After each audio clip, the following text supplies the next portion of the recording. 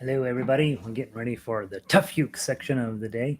We're working today at jollyrogerukulele.com. You're going to need to go there to get your sheet music.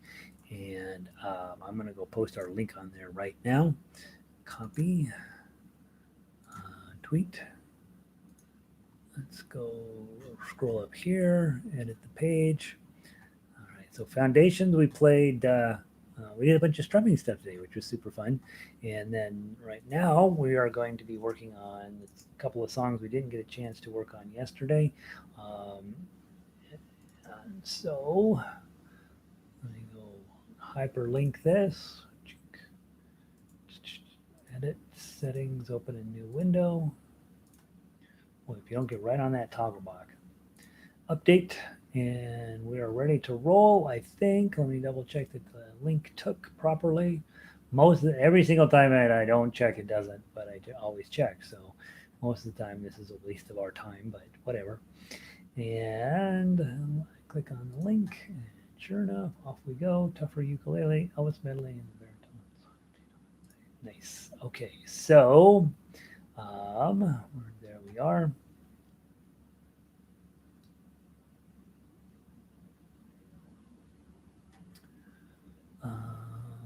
Today we're going to focus in on the baritone, three songs. So it's really three and a half songs from Elvis, and then um, we're going to focus in on a Beethoven piece. So we've got plenty of hard stuff to keep us busy today. I'm going to finish my tweet here. https://jolly Roger ukulele.com. Wait for my face to pop up, and then I hit tweet. And we've been starting to get retweets, which is hilarious, which is delightful, by the way. I'm going to hit my email is with Yahoo, and on the front page of Yahoo, they always have all this crazy politics stuff going on. And so it's sometimes just fun to hit reload to see what sort of crazy is going to happen next. All right, let's see. All right, so who's logged in here? Linda made it in. She's from British Columbia. She says I sound good. I sound. For some reason, I feel like this microphone is so far away from me. I'm wondering about. I think I'm going to end up putting it upside down up over here because it's really. I feel like you probably need to turn your speakers way up. I don't know. Hopefully the sound is fine. Vic says the sound is good. Lindy is in. She's a local. Melissa's sort of local. It's their Gary Day. Every day should be Gary Day. Hey Joyce, welcome in. She's Happy New Year to you, Joyce. Joyce has a job, and so sometimes she can't make it. But we love it when you're here, Joyce. I always feel indebted to her, and Joyce actually knows what she's doing when it comes to this stuff. So I have to be on my A game when Joyce is around. Lynn is here. Welcome in, Lynn. Lynn comes in from New Jersey. You have to be on your A game anytime a New Jerseyan is around because you know how New Jersey people are. So we've all seen the movies, right? It's Escape from Manhattan, right? They are always trying to escape from Manhattan. These days, you don't escape from Manhattan. They just price you out rental wise. Let's see. Linda is in. Hey, Linda. All right. Linda's local. She's been in the orchestra quite a while now. Jack and Barbara are in from Illinois. Aloha to I like Jack usually says aloha because he wants to pretend he's sitting in Hawaii. It's a lot like Illinois, basically Hawaii. Kat is in. I had to deal with her significant other Rob here just a little bit ago, and he says that you're not in any danger of him taking you over yet, Kat. I don't know. He sounded pretty good to me. Hey, Barbara. Hey, welcome in. Janice is in from Australia again. How exciting! So delightful to have you here. She logs in whatever day it is. It's a day and a half. It's a half a day ahead of where I am. So right now it is what is it today? Tuesday around noon. For her, it's Wednesday morning. We mess up Janice's breakfast a lot. Let's see. Lynn is in. Oh, that's all Lynn. Oh, yeah. Don't mess with New Jersey. Joyce. I don't know what I'm doing when it comes to ukulele. I'm the man. I'm the man. Of course, I'm the man, right? When you dedicate your life to the first and second easiest instruments out there, you the man. On the ukulele, if you type into Google, what's the easiest instrument? And it's either harmonica or ukulele, and those are my two things, right? So either I'm super lazy, or I didn't get the memo that those were easy, and I thought that they were kind of hard, and I thought that I needed to put some energy into them. Red is in. Red's probably still out of tune. She's on day 3 of a new ukulele. Jennifer's in from Illinois also. Clay's in from Northern California. Cindy's in from Northern Michigan. Jackie's a local. She's in from Denver. Diane's in from Denver. Hope it's easier today. Guys, I'm giving you hard stuff on purpose, right? This is the tough class. You guys show up. I don't know. You could be like, I think I'll go bowling instead. Bowling's not too hard if you don't want to get good at it. Ukulele's not too hard. Well, ukulele's kind of hard. Harmonica is not too hard if you don't care about getting good at it. Christine is here. She's in from Bozeman. We're up to 3 people out of Bozeman. It's going to be an avalanche where it's only going to be. We're the biggest virus in Bozeman. Let's see. Brandon is here. Brandon, dude, where have you been? All right, don't try to get back into it. Just get back into it. Just show up. That's the story, right? Arlo's in. Arlo's been showing up for years. Good to see Arlo. Vicky, there's Bozeman number 3. All right, so we've done a clean sweep of Bozeman. 38 and sunny. Oh, that's nice. Linda's in from not California. Better than California. Hawaii. She lives in Maui, you guys. It's just not right. Yes, 7 a.m. We'll play and then have breakfast. Okay, breakfast after. I hate the time change. I think here's my idea. We only have one time, whatever time it is, and then in whatever your local area is, you have to adjust there, right? It's crazy because not only is time hard enough to figure out when you're, now that we're all globally connected, but then we mess around with it, right? So it's daylight saving time, which is our daylight savings time in the northern hemisphere is different than theirs in the southern hemisphere. Arizona does one thing, or the rest of the country does another. It's just ridiculous. Yeah, so I agree, Janice. I never thought about it. Last summer, we called it Summer Institute. And then Janice says, well, it's winter here. I'm like, oh, gosh, I can't call it that. So I think we called it Global Institute after that. Oh, it's crazy. Jennifer, need a challenge during the course. Yeah, right. Well, that's what we're here for. We need a challenge always, but this is a fun thing to do. And honestly, we'll come out of it. We'll come out of this time with some new skills and some new ideas and some new ways of playing, and hopefully it's good. Carol is in from Western Colorado. Yeah, it's hard, right? I tell you, right on the front page of the website, right on the top, this is the hard way to play. It's okay. It's the best way, but it is the hard way. Patty's in. He's local, or she's local. Terry's in. He's local.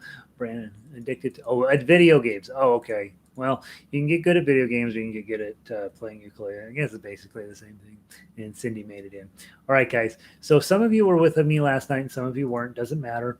What matters is that we are working toward a goal of being able to play a concert coming up at the end of the month. And so we have, I've given you a pretty challenging, mind-bending idea here that we're going to put baritones and ukuleles together at the same time.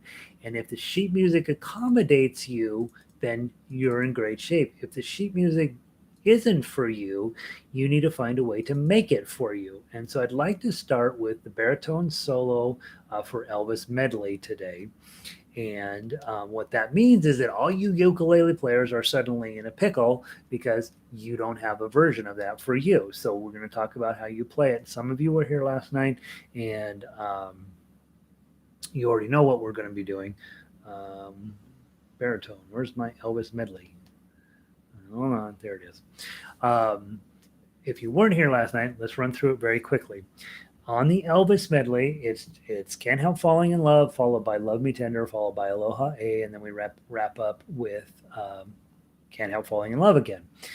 Now, if you are staring at the baritone music and it says right up at top, arranged for baritone ukulele, and you're like, oh, but I don't have a baritone ukulele. You don't need a baritone ukulele. You are officially the ensemble. You are the accompaniment.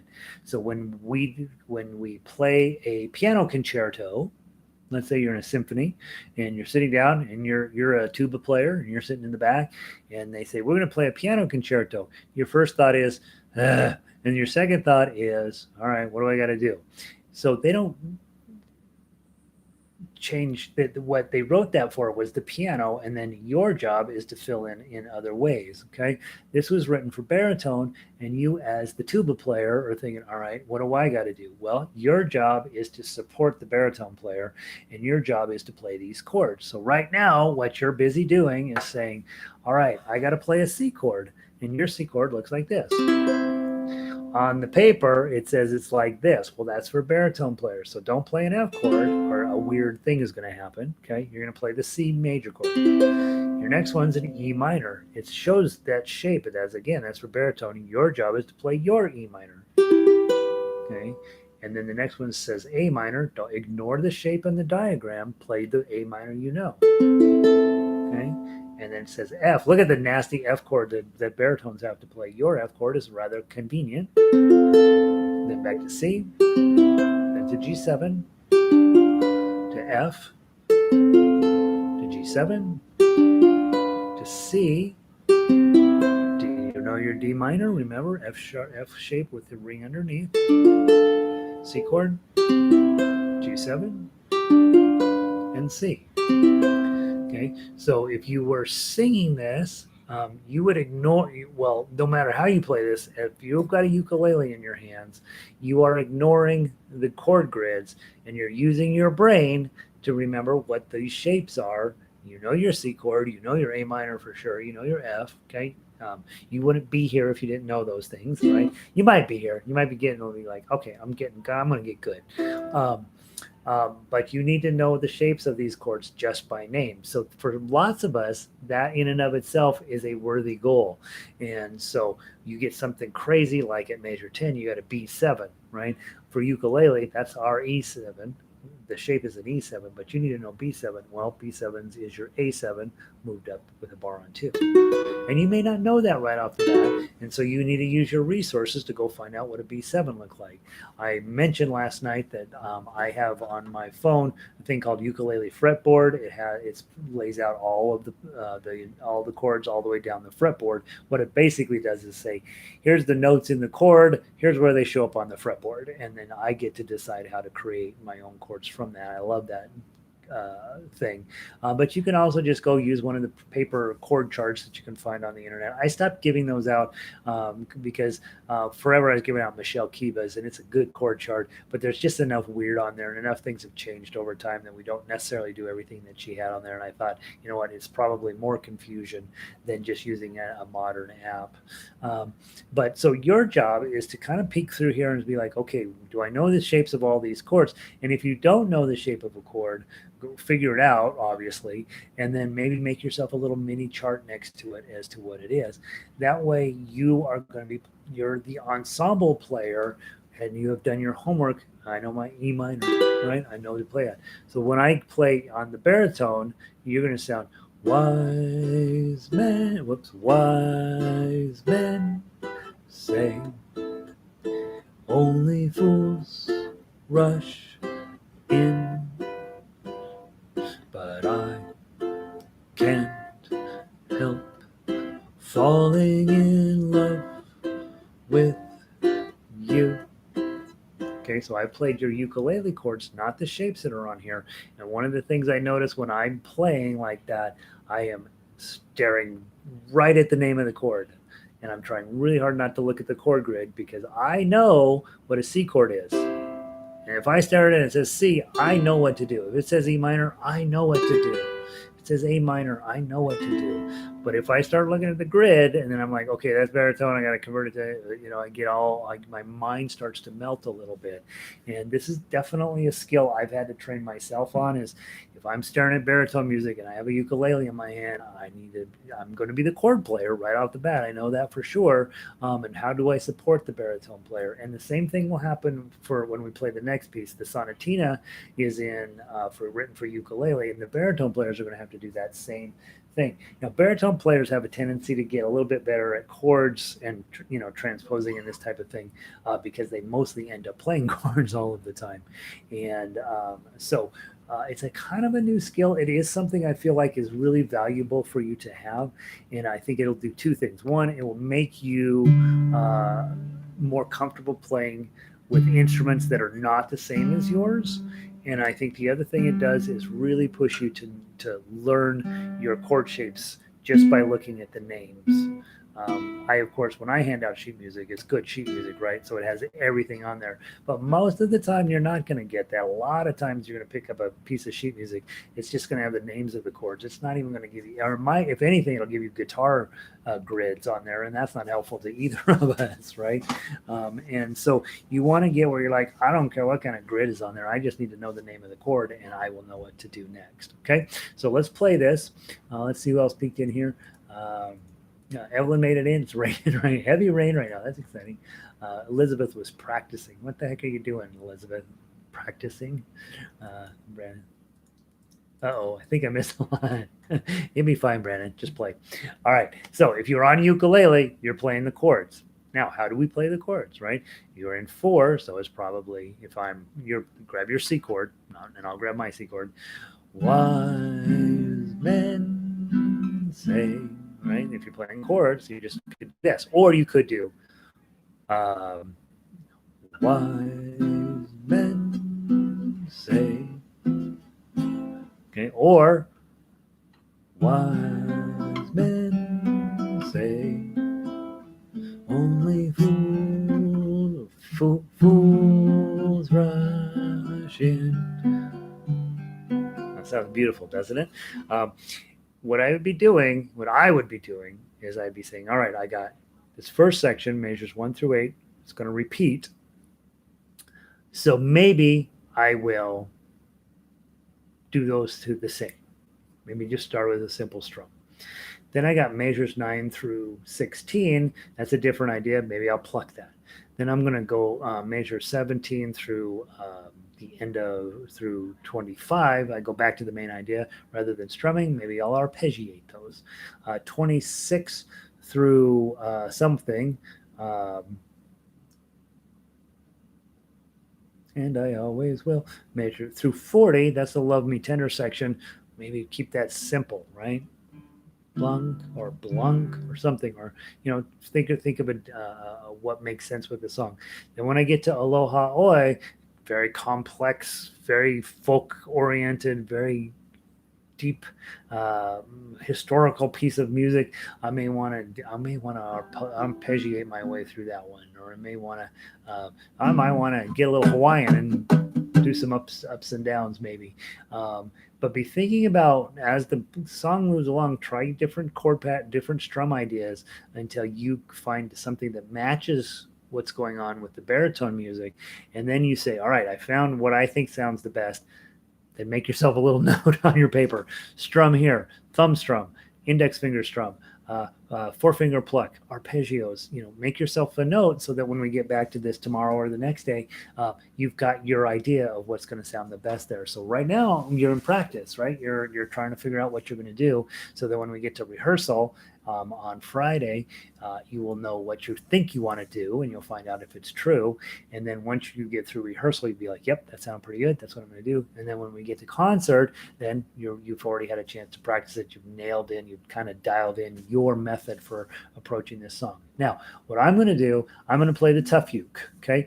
Baritone players, you have 3 choices. Okay? Ukulele players only have 1 choice. They have to play the chords because it's there's no way unless maybe Janice, maybe Joyce could just read the standard notation and play it on ukulele. Now, most of us can't. Okay, I probably could, but I probably wouldn't want to, right?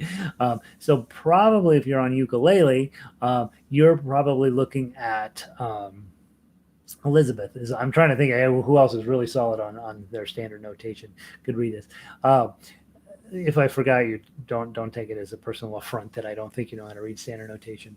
But the problem with reading standard notation on other people's music is it's not meant for you. So this piece of the standard notation here is meant for a baritone ukulele. Well, if you try to play it on a regular ukulele, you're either going to end up way up here and possibly go off the top of the ukulele, or you're going to end up way down here and possibly go off the bottom. So it's not meant for you to do that, but you might get away with it. The other thing that baritone players are going to do, you can play the chords. It'll sound great.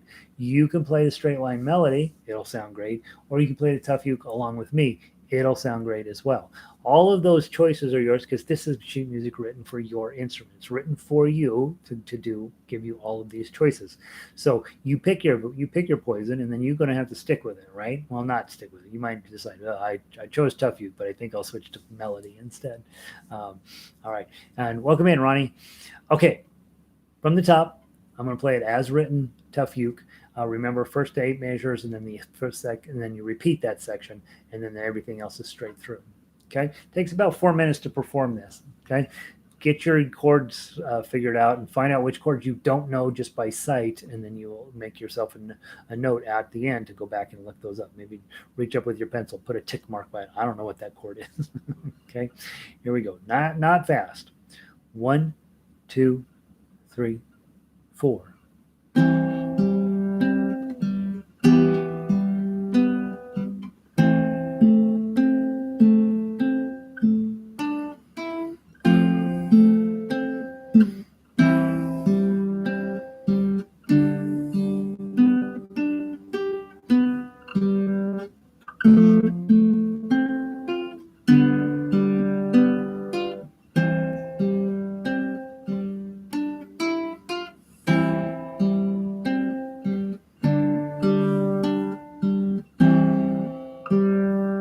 To the top.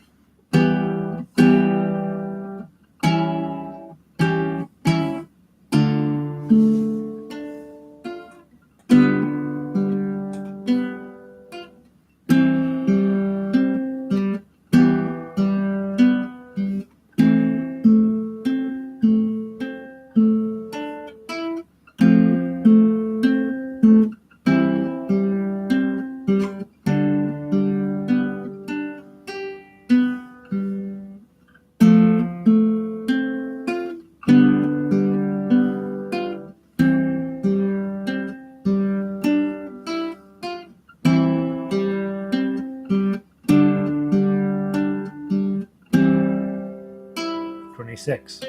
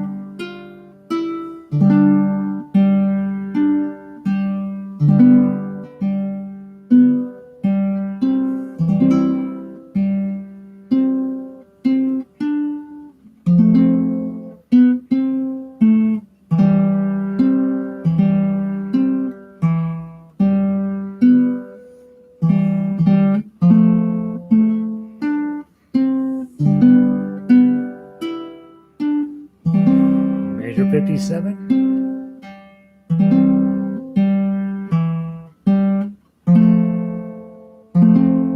59.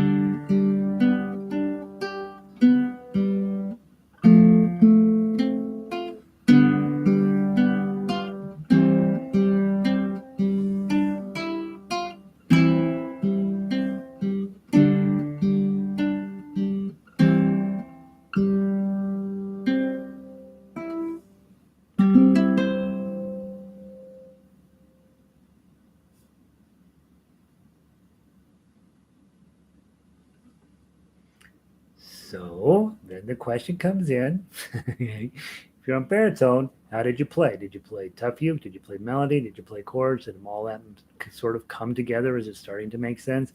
If you're on ukulele, did you sound pretty nice as my duet partner? Did between me playing the low voice in this case, the low voicing of the melody, everything's lower than what your instrument is. Your instrument's higher, and it was very typical in classical guitar where you'll put the melody on the thumb strings, right? The heavy darks, the darker tones, and then put accompaniment up here. So you're playing the chord here and you're playing this melody up here. Sounds amazing on classical guitar. We should have sound pretty good at your house, right?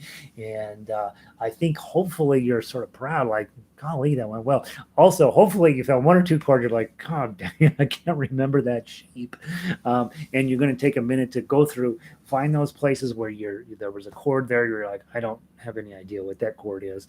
And then you go, make a tick mark by it, and then to go today and go look up what that chord shape is for yourself, so that you can play so that we make a great duet group. And then at some point I'll meet in real life. At some point I will fly over to Maui, and Linda and I will sit down and we will play this, and she will play her part and I'll play my part, and we'll be like, yeah, I knew we were killing it, I just couldn't hear you. So that's the idea. All right, let me see what kind of notes you're giving me over here. Let's see. So Pauline, Renee, Pauline, and we're all late. Let's see. On low G, I can play the melody down an octave. Yeah, you could do that. Having that the low string helps. Oh, and Kari was late too. Kari, what the heck? Renee says she played lovely. Melissa's very nice. Sandy says better, getting better. That's all we look. That's one thing, you guys. I think hopefully you've gotten the message on. If you are in academic music, you probably need to be perfect. But I'm not positive. not a big scale guy. I think that knowing what a scale is and how they're constructed is very important. Being really awesome at all of them, I don't know. That's very helpful on piano. I'm not positive it's that helpful on ukulele. Love the duets. Yay, that's excitement. All right, Arlo's down pretty good except for a couple of chords you blow, right? And those are the chords you go back through and spend a little bit of time getting them dug in. Let's play the duet. I love the sound. Yeah, sounds good. Okay, it's making more sense. I have to count the beats on the uke. Yeah, one of the things when you're an accompanist, counting becomes even more important because you're listening to the lead guitarist, but there's times when like I have a half note or a whole note, and your job is to fill that in, right? And so yeah, counting, I think counting for an accompanist is way more important than the lead. uh, good thought, Vic. The baritones sound so nice. Yeah, it sounds pretty good, doesn't it? The nice part about baritones, they're kind of cheap and they sound pretty good. All right, Lynn agrees. Lindy, arpeggiated some, pluck some, rolling chords in other places. Yeah, right. Give you a chance to try all these different voicings and different textures. Did fine on chords with the low G ukulele. Less good on transitions where the scale notes would help. Oh, I see what you're saying. Yeah, when I'm doing arrangements, that's where scale notes come in a lot, right? If you're switching, when you're arranging a medley, and you got to get from one key to another, or just even from one song to another, you'll use the notes that the two songs share in common as you're sort of either ramp up or ramp down into the next song. Pretty typical. I'm pretty vanilla when it comes to that. Let's see, Linda. That's a good idea. Nice. There we go. Judy says, "Oh, did well. That should be plucked." Okay. And Joyce says, "Perfect. Perfect is overrated. Making music is what counts. Perfect is overrated." This is from this right there. She's got a PhD in this. She knows. Vicky likes doing the duets, and Janice says the channel built. Oh, the cuckoo is into it. Nice. We're playing for the cuckoos in Australia. All right, so go through, double check that you're fine with your chords on that one, because when we get to the final thing, I will be playing that on baritone, no question about it. This is one of my very first, I think this might be the first baritone thing I ever did. I think there's one or two notes I would quibble with at this point, but I basically, this is how I'm playing this the rest of my life. I think it's a hit. Every single, the people love it. And so I will probably change nothing about this. I will play this on baritone. You will have your ukulele. You will be my backup band. Nobody will hear you. You'll be amazing. And you'll know whether you're getting better. That's it. Let's see. All right. Perfect is overrated. Making music is what counts. Beautiful. Now let's go to the Sonatina. Now we're going to switch it up. Okay. So go grab your Beethoven Sonatina, and let's see how we do this. What did I call it? Beethoven Sonatina Ukulele. That's what I call it. All right. Now, this one I'm way less comfortable with, and so let's talk about this one. This is a real legitimate piece that I played on piano for, I don't know, it seemed like about 7 years I worked on this thing. That's probably 7 months, but it was a long time. And this is so close to the original, it's a little scary. I think I had to put it into a different key to fit it on ukulele, but it's basically the thing, right? And so I'd like to play through it a few times. Now, things change up completely, right? If you're a ukulele player, now you have 3 choices. You can play chords, you can play melody, you can play tough uke. You got choices. Baritone players, now you have to be the smart ones. All right, and you have to know, what is your F chord look like? What does your C7 look like? And so if you're a baritone player, you may have to hit your chord chart, right? Here's your F chord, okay? Here's your C7 chord, okay?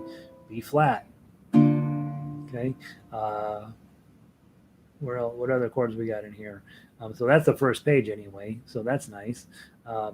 One of the things that I think probably flies under the radar, look at how that chord structure essentially stays the same. You got a D minor over at measure 38. Okay.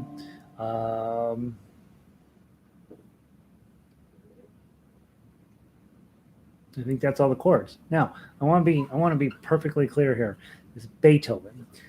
What you notice is the chord structure is not wildly complex. And one of the things that you find a lot of times, um, the great composers know how to take the simple and turn it into something meaningful.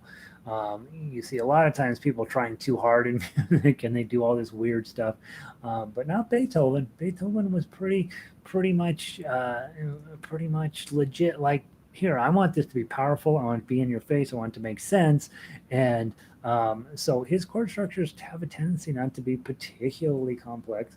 Not always. There's obviously lots of exceptions. He wrote a lot of stuff. But in terms of the stuff that we use to teach with and the stuff that people really love about Beethoven, it's often not as nearly as complex as you might imagine. So we're going to do the same thing with this one. Baritone players, you got a little bit of an advantage in that the chord structure is relatively minimal. It's pretty much your standard issue F chords. F, then remember, F, if you put F here, G here, there's no G's in this. Well, there's a G7. Okay, it does show up. And F, G, A, and I don't see any A minors in here. There's plenty of B flats and plenty of C's or C7s. And then you have your D minors. Okay, so this is what we talk about all the time: 1, 1, 4, and 5 with the 6th minor hanging out. That's your chord structure, and so you're like, oh, sweet, Beethoven rules. The other thing I would say about this piece is it's really 2 songs. So there's this kind of intro, this sort of weird little intro. I'm never sure what he was thinking of it there, but it's there. Then we go on to measures 9 through 24. We repeat that section twice. That's sort of the main idea of the song, I think. And then it has this weird little outro at 25 through 33. So that's the end of the first song. And then that whole song feels like one particular way. It's in 4/4. The whole thing is weird little intro, main part of the song, weird little outro. That's what. And when I say weird, I'm not being judgmental. It's not a bad. Neither are bad. It's just way different than the main song. And then what's weird, at the bottom of page 2, you go into 6/8, and you'll feel the difference. And he called that romance. And so it's a much different feeling type of song in that section. And that's probably where I will come up pretty close to blowing it. But if you look at the melody line, here's what's kind of cool. The chord structure stays pretty much what you'd expect. And look at the melody line: 1, 0, 1s, and 3s. Lots of them. Okay, you get a 5. So there's that part of the section. You're going to play that twice, 36 through 43. We play that twice. You skip 43 the second time around, and then we're going to play down to 64. Okay, when we hit 64, we're going to go back up to 44. So again, that's the main part of the song. And then the same thing as in the beginning. After we play the main part of the song, then there's another little outro. Okay, and so give me lots of permission to make a ton of mistakes on this one. I'm not near as familiar with this piece as the other one, and I'll let you make some mistakes too. How about that? All right, classical ukulele.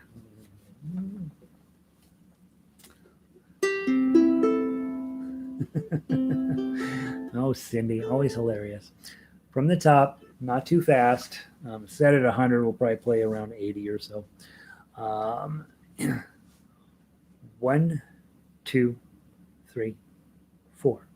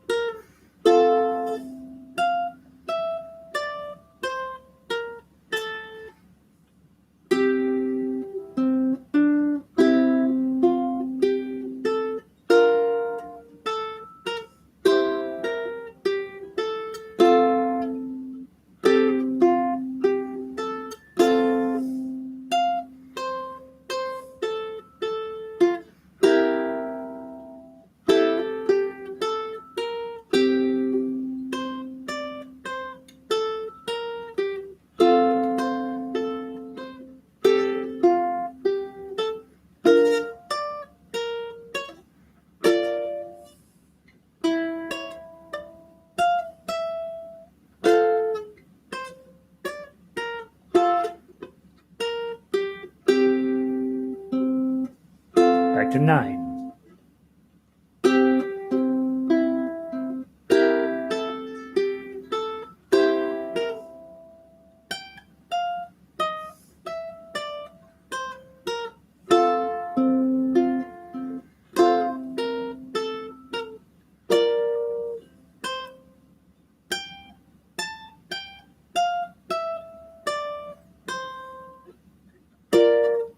Where did I mess up? Put this one.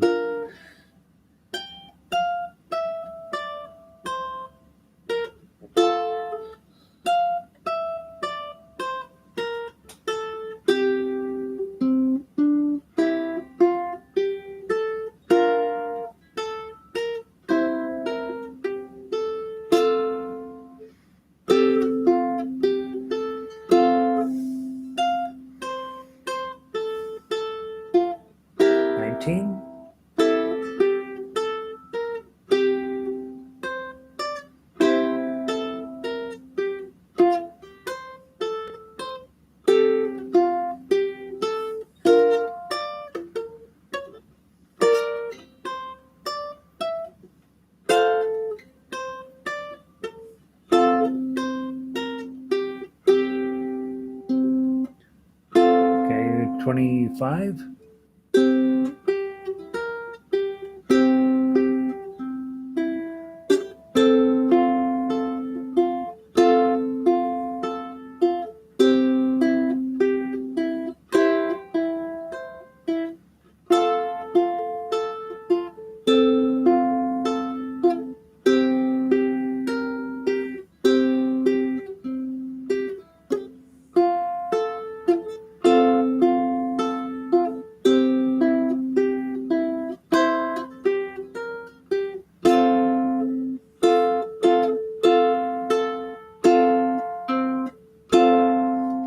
Right, go on to page 3.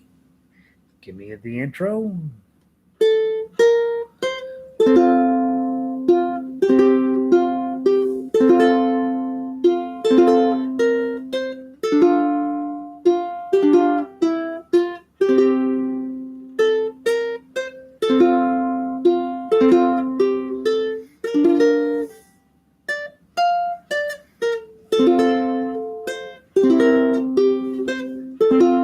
Top.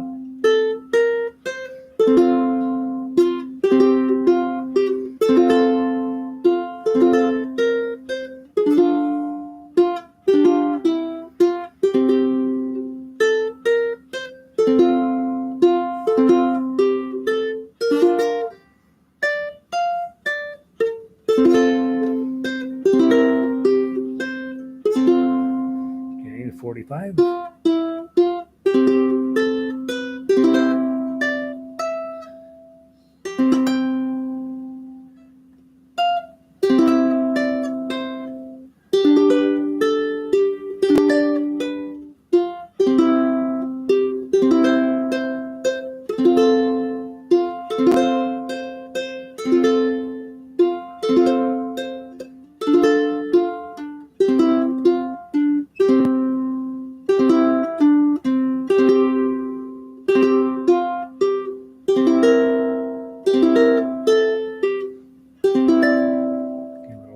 And then go.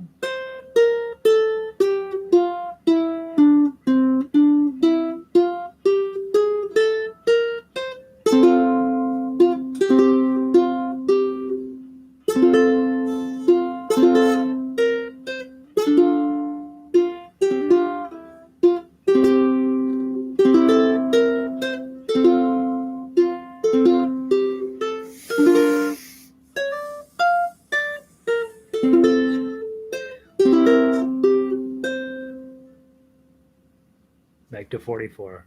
How come I didn't put an ending on that? 44, back to 4. Oh, that's why. You don't need one. 44, 1, 2.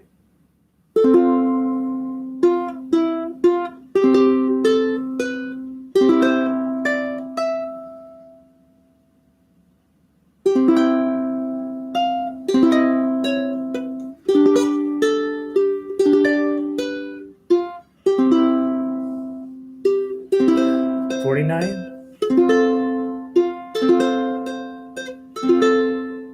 50.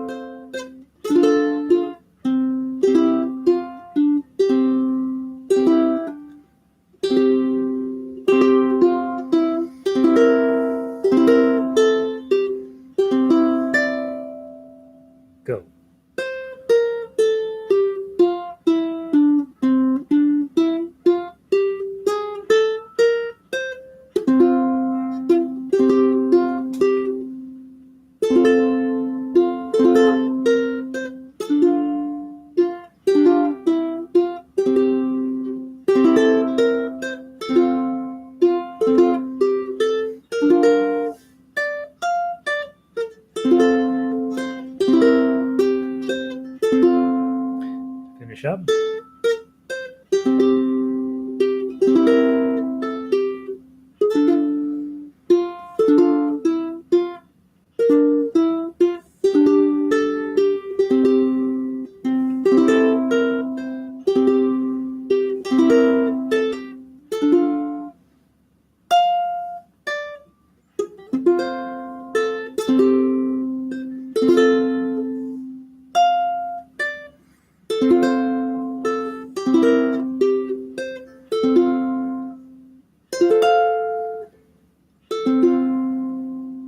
And don't play 77. I've crossed it off. So, probably not that much harder of a song to play than the Baritone Medley. Not it tends to get away on you if you start going too fast. But just another piece that's really very solid, just all the way through. You're way less familiar with this tune probably, so you may want to listen to the MP3 a few times. I spent a long time on this as a young pianist because I was a terrible practicer and spent an awful lot of time working on that one over a period of time. And so to me, it makes sense. But if you haven't heard that song a ton, you're like, I don't know that one. I would bet most of we got a few teachers on here, and most of them, and not all of them, but a bunch of them have taught enough piano where they've run into that song plenty. And so they're like, yeah, I know this song. But the whole thing there, basically, I mean, it's pretty much Beethoven straight through, just in a different key. And hopefully, as you're playing along at the baritone, you now know, hey, those are the 4 or 5 chords I really need to have solid. I can play along and keep a steady pace. And if you're playing chords or melody as a ukulele player, you've really got a nice kind of a nice, pleasant thing to do. And of course, tough, you got your work cut out a little bit, but not terrible, right? So let's see what you guys are thinking about it. Lynn says, started out with the melody, moved to the chords, and then got lost. Yeah, that's one of those things where I think listening to MP3 a little bit, you'll get where you know the tune a little bit better, and you will be less likely to get lost. I kept thinking about that as I was playing along. I'm like, I don't know, I bet you a bunch of them aren't positive which measure we're still on, and I, for good reason, right? I wasn't keeping as steady a pace as I should have. So Rita says it was too fast. Okay, good to note. Melissa, a little bit brutal, but my sight tab reading is getting better. Yeah, right. That's another thing. Even if you're not playing well, but you're like, you know where you are, you know what you're supposed to do, and the things are making sense to you. That in and of itself is success. Harder as I don't know the melody. Yeah. So again, spend a little time with the MP3. Stick it in your computer when you're making dinner, right? And just let it run a little while. Really did that one so much better than when we first introduced this. Yeah, so Lenny says, yeah, no problem for me anymore. Got it knocked out. Jennifer, can you give us some good baritone brands or models? Jennifer, with baritone, you're pretty safe with just about any of them. All of them sound almost the same. Honestly, I don't mean to sound weird about that, but Kala, Ohana, and Cordoba, I think, are all 3 really solid, really reasonably priced ones. My favorite one by far is Ohana's BK35G, and that's the one I sell the most of. It's about $350, but it's just absolutely lush and beautiful and wonderful. So you might look. I think I charge. Yeah, I think I charge $325, $350, something like that, for a baritone. I'm sorry, BK35G by Ohana. I like those better than my Kamaka. That tells you my thoughts on those, right? And my Kamaka is okay. So yeah, I definitely think that's a good solid one. The Cordobas have been pretty solid. You got to be careful where you buy Cordobas from, because some people sell crummy ones. But their quality control is a little like this sometimes on the medium priced instruments. And basically everything Kala makes is really nice too. So I don't have any problem with you. Take a look at picking up a Kala baritone. Played lots of nice ones of those. Gosh, I'm going to have to practice outside of class. Oh, Cindy, sorry about that. Let's see. Red says, very helpful when you call out the measure numbers. I know. I'd do it more if I wasn't playing at the same time. Kari says she's into it. able to keep up with the melody with too fast for W. Yeah, so start with melody, right? And then spend a little bit of time on this one, guys. We're playing some pretty legit music here, and I think, yeah, you probably are going to have to put in a little bit of extra time on it.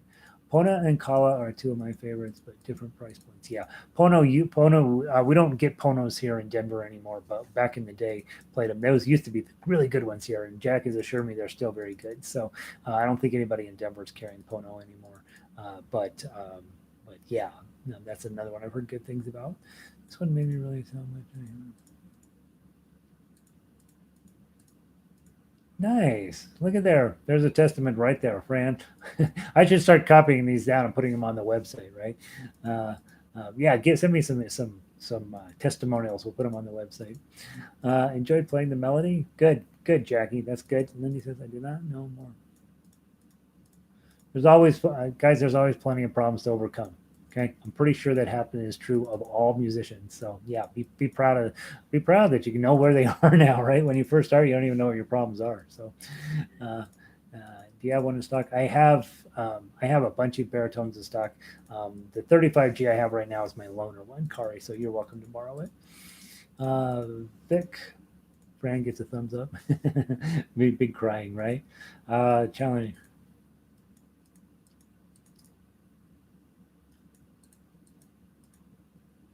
Challenging but great practice from baritone to hear what measure. Yeah, yeah, yeah. Awesome. Love that, Carol. Ellen, that was good, but hasta mañana. Carol, Ellen was like, that was great. See ya. Cat, so fun. Love to play that. I do too. Thanks, Cat. Jack, Hawaiian Music Supply, and they do great. Yeah, yeah. There's another great company. Reading note. Yeah, start with the melee, guys. All right. Okay. Awesome, guys.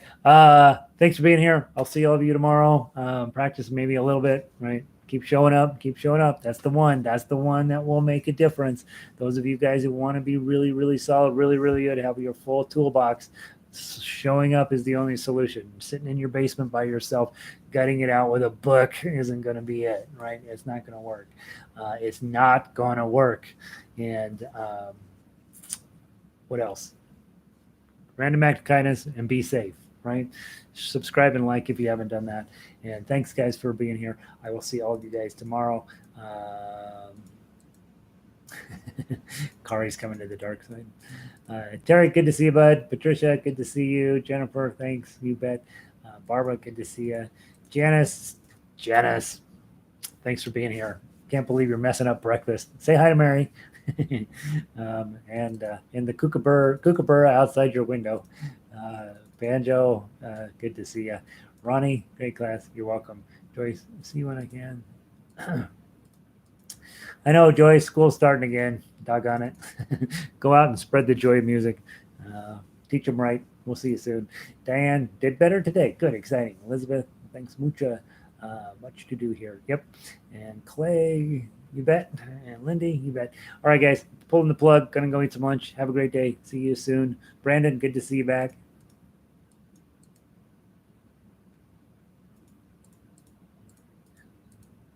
See you tomorrow, Lynn. All right. Thanks, guys.